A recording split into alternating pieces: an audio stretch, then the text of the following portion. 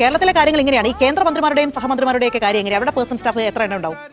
എന്തായാലും ഒരു രസകരമാണ് കാര്യങ്ങൾ. കാരണം കേരളം പല കാര്യങ്ങളിലും ഒന്നാമതാണ്. അതിപ്പോൾ ജനന നിരക്ക് നിയന്ത്രിക്കുന്ന കാര്യത്തിൽ, മാതൃമരണ നിരക്ക് കുറയ്ക്കുന്ന കാര്യത്തിൽ എന്നൊക്കെ പറയുന്ന പോലെ ഈ പേഴ്സണൽ സ്റ്റാഫിന്റെ കാര്യത്തിൽ രാജ്യത്ത് കേരളം മാത്രമേ ഉള്ളൂ എന്ന് തന്നെ പറയേണ്ടി വരും. ഈ പെൻഷനും മറ്റ് ആനുകൂല്യങ്ങളും കൊടുക്കുന്ന കാര്യത്തിൽ ഈ കേന്ദ്രമന്ത്രിമാരുടെ കണക്ക് ഇങ്ങനെയാണ്. ഒരു ക്യാബിനറ്റ് റാങ്കുള്ള ഒരു മന്ത്രിക്ക് 15 മുതൽ 20 സ്റ്റാഫിനെ വരെ വെക്കാനായിട്ട് പറ്റും.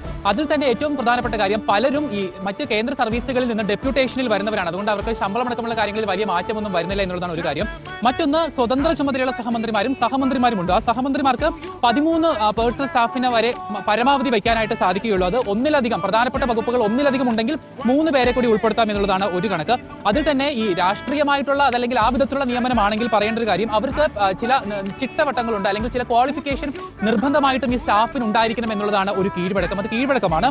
അതോടൊപ്പം തന്നെ ഈ പൊളിറ്റിക്കൽ അപ്പോയിന്റ്മെന്റ് ചില പോസ്റ്റുകളിൽ മാത്രമേ സാധ്യമാവുകയുള്ളൂ എന്നുള്ളതാണ്. അതായത് രാഷ്ട്രീയമായ തരത്തിലുള്ള ഇടപെടലുകൾക്കോ അതല്ലെങ്കിൽ ആ വിധത്തിലോ ഒരു തരത്തിലുള്ള നിയമനവും കേന്ദ്ര മന്ത്രിമാരിൽ ഒന്നും അല്ലെങ്കിൽ സഹമന്ത്രിമാർ സ്വതന്ത്ര ചുമതലയുള്ള മന്ത്രിമാരിൽ ഒന്നും സാധിക്കില്ല എന്നുള്ളതാണ് എടുത്തു പറയേണ്ടത്.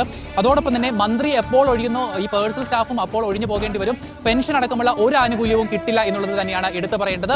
അതോട് ചേർത്ത് പറയേണ്ട കാര്യം, ഡെപ്യൂട്ടേഷനിലാണ്, അതായത് മറ്റ് കേന്ദ്ര സർവീസുകളിൽ ടെസ്റ്റ് എഴുതി കയറിയ ക്വാളിഫൈഡ് ആയ ഉദ്യോഗസ്ഥരാണ് പേഴ്സണൽ സ്റ്റാഫായിട്ട് വരുന്ന ബഹുഭൂരിപക്ഷം പേരും. അതുകൊണ്ട് അവർ ഈ മന്ത്രിമാർ ചുമതല ഒഴിയുമ്പോൾ അവർ ഡെപ്യൂട്ടേഷൻ കഴിഞ്ഞ് അവർ ഏത് ഒരു ഓർഗനൈസേഷനിൽ നിന്നാണോ വന്നത് അതിലേക്ക് തിരികെ മടങ്ങുന്ന സാഹചര്യമാണ്. അതുകൊണ്ട് പെൻഷൻ അടക്കമുള്ള മറ്റു ആനുകൂല്യങ്ങൾ ഇവിടെയും നൽകേണ്ടി വരുന്നില്ല.